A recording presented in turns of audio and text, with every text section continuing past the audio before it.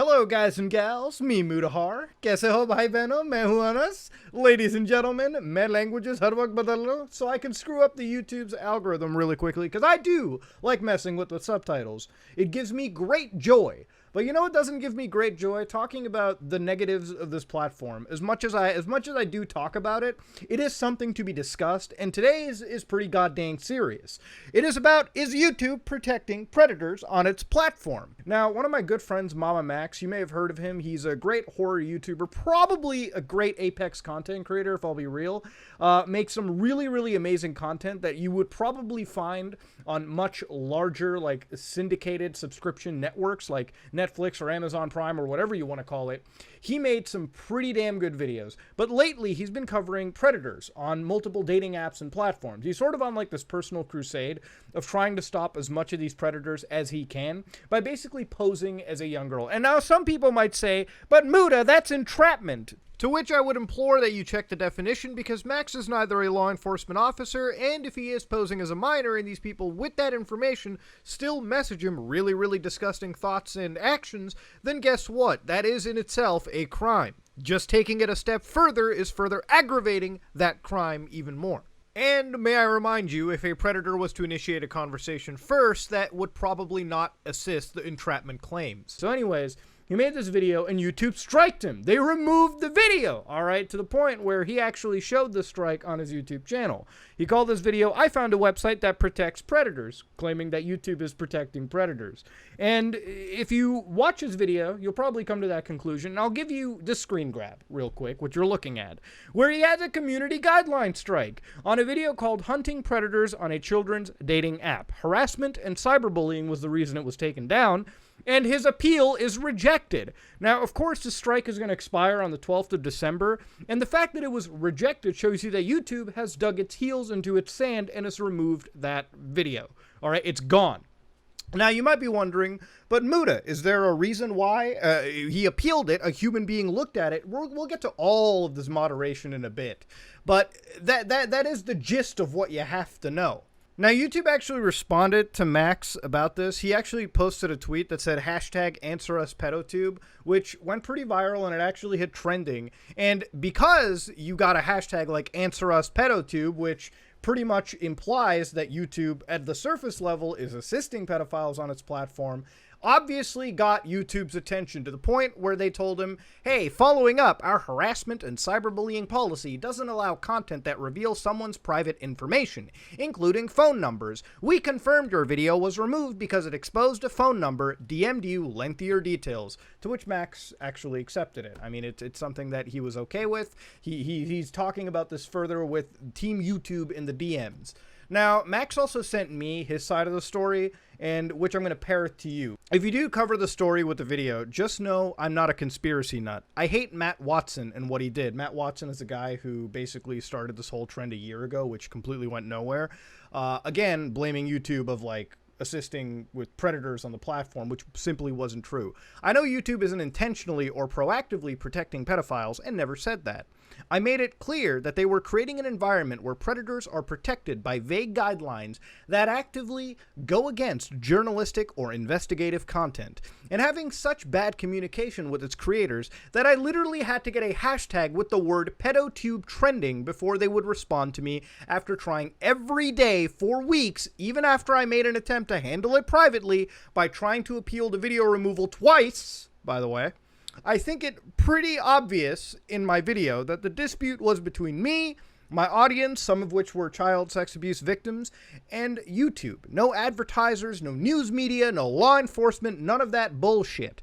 Anyone who thinks otherwise has little understanding of the situation and immediately thinks it's #YouTube Wake Up, which was Matt Watson's dumb campaign, Mark II. It's not. Which it clearly is not, okay? One cursory glance will tell you. Now, because of that, let's look at YouTube's harassment and cyberbullying guideline policies real quick. Now, here's YouTube's harassment and guidelines. I've talked about this a lot, the harassment cyberbullying nonsense that they actually have on YouTube. Now, at the surface level, it seems, you know, honorable. However, it's very intentionally vague. Let's see what the exceptions are. Debates related to high-profile officials or leaders. So yeah, you can talk about big political figures like Trump and you can talk about massive global CEOs, I guess.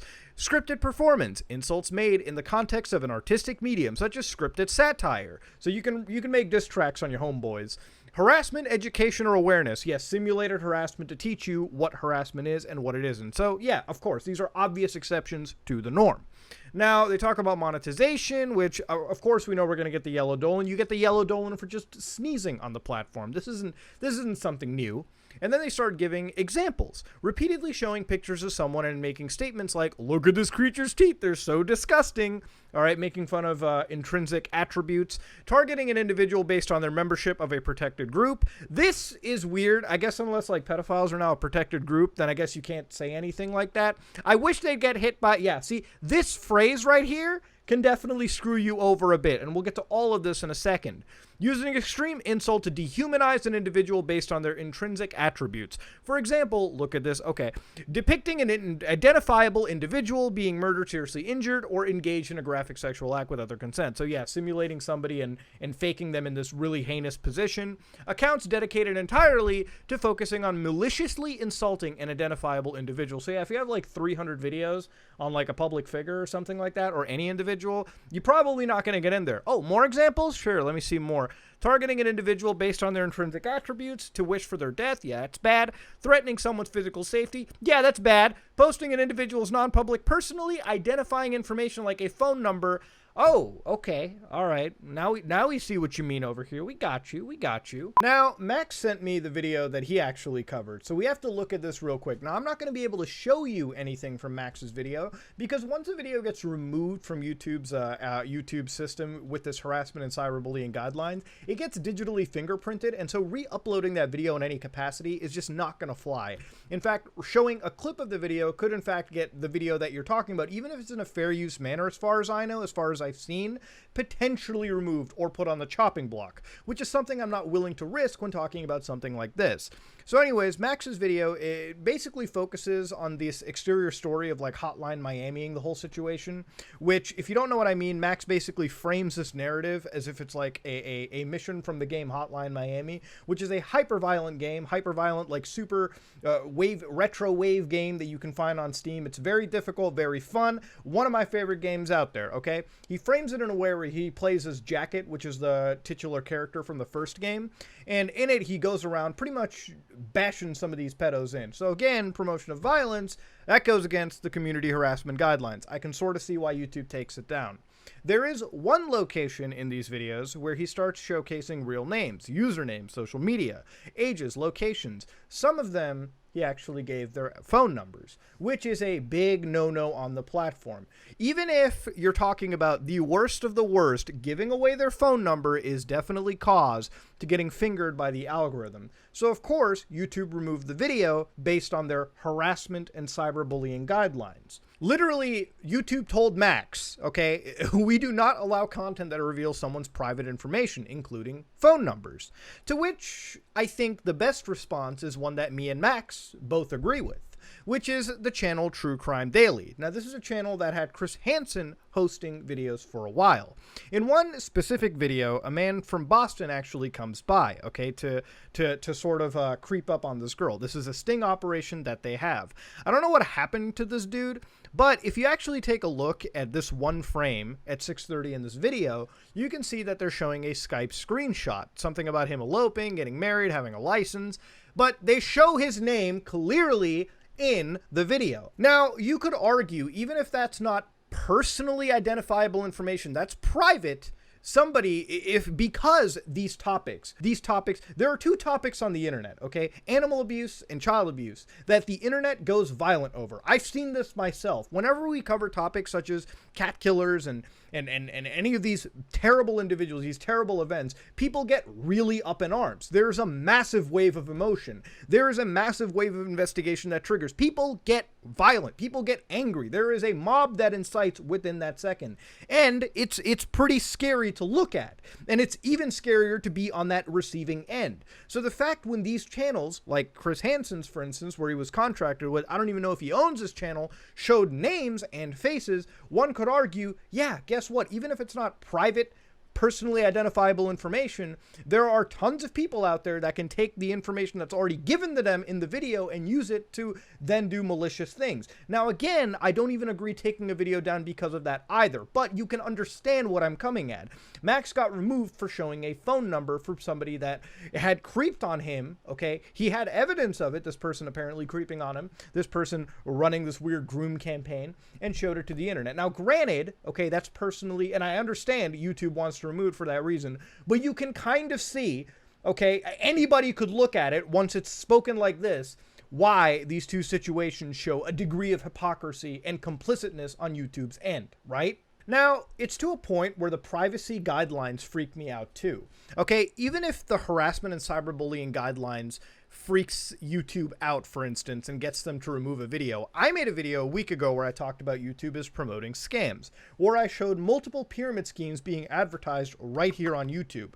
Within 5 minutes of me uploading this video, I received a privacy complaint, which basically gives me a 48-hour notice to get rid of all offending private materials by either going into YouTube's editor, removing portions of the video, muting portions of the video, or blurring portions of the video like I've done over here. This blur didn't exist beforehand. I actually had to add it through YouTube's editor because YouTube told me that this section of the video was apparently violating someone's personally identifiable information and leaking it to the world. It wasn't true, but somebody had thrown this up there and YouTube had given me a 48-hour notice. They give you a 48-hour notice so you can review the video, make these edits, and give it enough time to process these changes.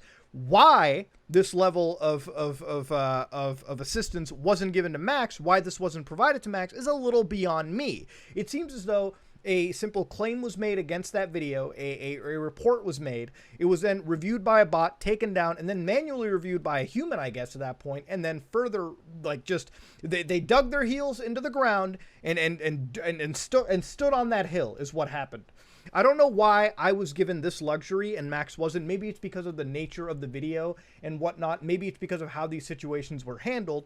But it's just weird to me that systems that are there, okay, like a whole section of the video that's all about getting rid of personally identifiable information is weird. I mean, harassment is such a vague term that you could argue harassment could have happened in any of these scenarios. However, in some cases, YouTube will let you handle this with their built-in tools, and sometimes YouTube will outright give you a strike and have the video removed. It really makes no sense to anybody on the platform why YouTube has these multiple different ranges of options. I mean, I don't get it. I don't understand it. Now, one of the sites that Max found predators on was a site called MyLOL, which was a teen dating site. In fact, going to Google search MyLOL right now takes you to this first result, which is the currently #1 teen dating site in the US, Australia, UK, and Canada. A teen dating site? Boy, I can tell you the million ways that can go wrong. It's literally, you know, kids can get groomed anywhere. At the park, on an MMO. Dude, I just started playing Phantasy Star Online too, okay? I bet you there's some groomology going on right there.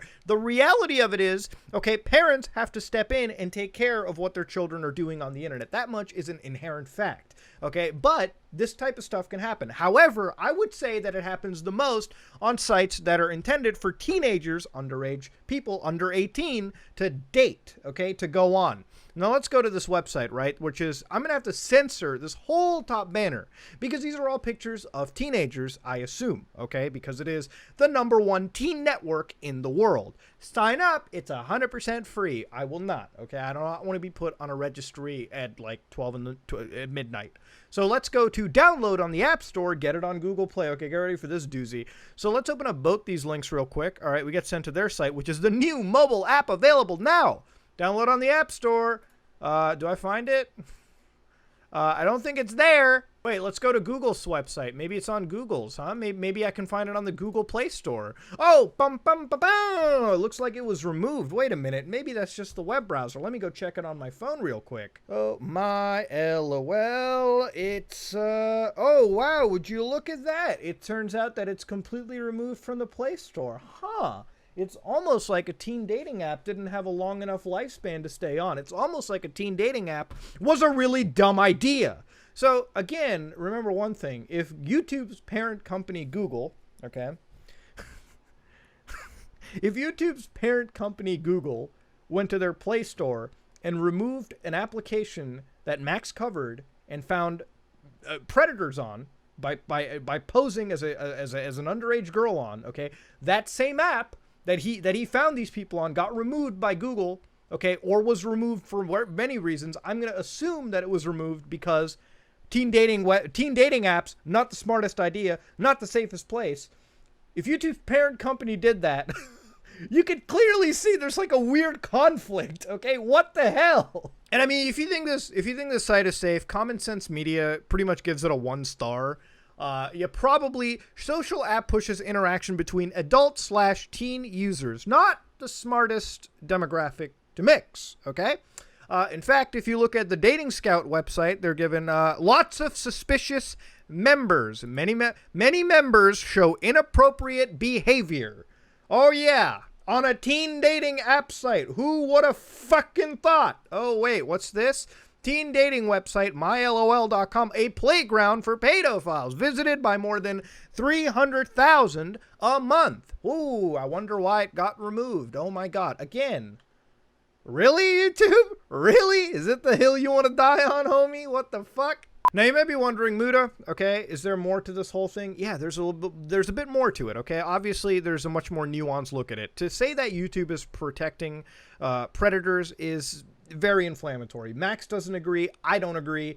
And as much as it looks like they do, let me just cover a couple things. A while back, we covered a video, we covered a topic called Trafficking Hub. I made an hour-long documentary on it, which, despite the YouTube stifling of it on the search algorithm, did really goddamn well. Thank you very much for that. I am very grateful for the support on this channel from now to the end of the earth. And when we made that video, the reality of it is that Pornhub was thrown under the bus, right? Pornhub is the largest website catering to free adult content. Pornhub was really taken to task. In one case, someone had to fake being a fucking lawyer to get Pornhub to even listen. They had to get to Pornhub's legal department before anything else. Now, we did our own journey where we uploaded a video to Pornhub and we showed how easy it was to upload a video, have it monetized, and hoo-ha, the whole world works. Now, in the video, I said, listen, it's illogical to consider that Pornhub is part of a giant trafficking network and it's facilitating human trafficking and all this nonsense, okay? Pornhub would be roasted under the bus if that was to be happening, okay? However, in that video, I said, while Pornhub isn't directly complicit, it's complicit because it doesn't do enough. And I think YouTube, you can kind of look at it in a very similar way. YouTube has very vague guidelines that, if the way that they are currently implemented, definitely seem that they happen to assist people who are predators to children, okay? People that shouldn't be protected in any, people that are actually criminals are protected. And it seems as though the people that are investigating these criminals, bringing it to light, bringing some goddamn justice, are the ones being punished, like Max. Okay, now, YouTube's moderation as of right now, because of the COVID pandemic that we're going through, is almost entirely bot run right now. Let me explain how this whole deal works, okay? Well, on YouTube, every time you upload a video, it goes through several stages of analysis. So I'm going to give you a quick layman's explanation of how this stuff goes on. When your video gets uploaded and processed and ready to be publicized on YouTube, YouTube actually takes multiple thumbnails out of the video. You might notice when you upload a video, you have a choice of 3 auto-generated thumbnails. That's 3 stills from the video YouTube has picked out from multiple different portions of the video for you to pick from. Now, behind the scenes, YouTube obviously has made more thumbnails than those 3 that they're showing you. Probably like 20, 30, a bunch of them. The reason these thumbnails are made is so that YouTube can quickly analyze the video content of something and see, hey, is there gore? Is there sex? Is there anything that would be illegal that we should auto-remove immediately? And the reason this happens is if YouTube was to analyze every single frame of every single video, it would take a lot of processing power. Doing it this way by checking 10, 20 frames of a video when uploaded is a lot easier on the processing load, and it'll get the job done for the most part, okay? That's how quick, dirty video analysis is done. I assume when a video is reported on YouTube, it goes through full video analysis. It gets thrown into a queue, then it's checked by a bot for every single frame of offending material. Now, audio is a whole different thing too. If you swear a lot, for instance, on videos, YouTube will do an auto caption of a video. It'll quickly create a caption based on quick analysis of the audio track in it.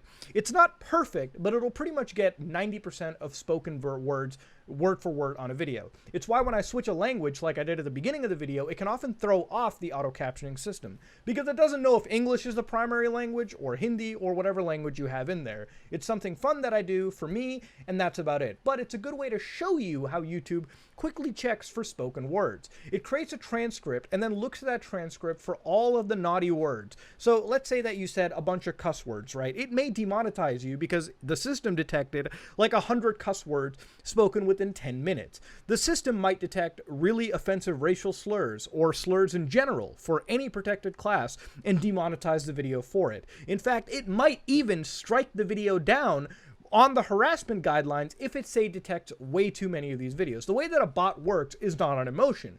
All it does is it calculates a million things and says, hey, check, check, check, check, check. It has all of these offenses. Get rid of the whole video. So when a bot removes the video, it might seem, wow, that's the end of the world. But that's what the appeal system is for. Now, even with the COVID system, let's say without the COVID system, it goes to a human being. In the span of how long you've watched this video already, multiple hundreds of hours were already uploaded to YouTube. Content that you'll never hear of, content from your favorite creators, were just uploaded to this website. Even if YouTube has all the people in the world, those people can only have 30 seconds to a minute realistically to analyze the content of a video and see if a strike upholds. Of course, some people that YouTube hire may not understand cultural norms from a place. They may not understand anything. They may be taking the entire system too anally. And so when they look at Max's video, they might look at a phone number and say, well, you know what? It definitely seems as Max's video was against the harassment and cyberbullying guidelines. Remove, strike, gone. 30 seconds to a minute is not enough time to gain full context of a video. It's why if Max speaks further in DMs and gets this video reinstated, I would highly chalk it up to an actual human being who looked at the video and decided to give it much more of a human question in that situation.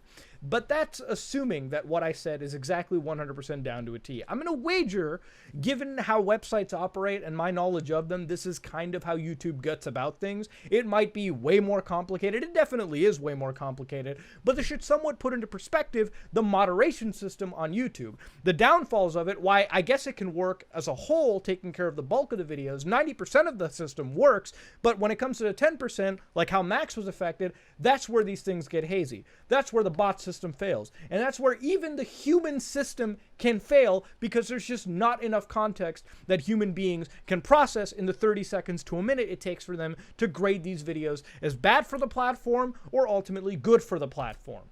At the end of all this, I want to say one thing. I love Mama Max. He's a great friend of mine. He's my dad, all right? He makes really good fucking content, and YouTube taking down his videos pisses me off. But, you know, after watching 20, 30 seconds out of context from some of his videos and sort of judging to myself, listen, if somebody at YouTube saw these sections, of course they would remove it. These videos have a violent tinge to them, even if it's done from an artistic perspective. He did give out a phone number, and I guess if YouTube's applying its fair is fair value across the board, and if it can, again, YouTube has said giving out this information, okay, a phone number, is against the harassment and cyberbullying guidelines, then yes, I can see how the strike was made. There's plenty of content. Listen, if the whole message of this trend and this situation is YouTube actively promoting predators, it's wrong. It's 100% wrong. Max knows it's wrong. I know it's wrong. But you can sort of see from Max's perspective how when some people cover content, YouTube is very, very hard. It draws the hammer on people like Max. It draws the hammer on people like Anxiety War. But yet it lets Chris Hansen consistently get away, even though Chris Hansen is like one of the biggest freaking grifters on the platform. He can get away with it, I guess maybe because he has some fucking clout on the platform, or I guess he was on TV at one point. I guess that's how it works. But anyways, you can understand from Max's perspective the frustration and why it appears that YouTube is facilitating predators on its platform. I mean, there are people that actually have legal problems, okay, with the police regarding child predation that are still actually active on this platform. You can Google it yourself if you want to really find out. Now, when I make videos regarding sensitive topics like this, I intentionally censor as much as I can regarding personal information. I go through 4 or 5 takes of the entire video. I show it to a bunch of people to see if there's anything I missed for this exact reason. Because listen, I understand when covering sensitive topics like this, there's mob justice that goes crazy. And listen, I have no sympathy for people that are committing criminal actions. However, I will not take it onto me to give that information out and let anybody who watches it to act of their own free accord and take matters into their own hand. That being said, some people like Max and Anxiety War and channels who cover predators are a little laissez-faire with this. And it's this shit and YouTube's, I guess, fair is fair,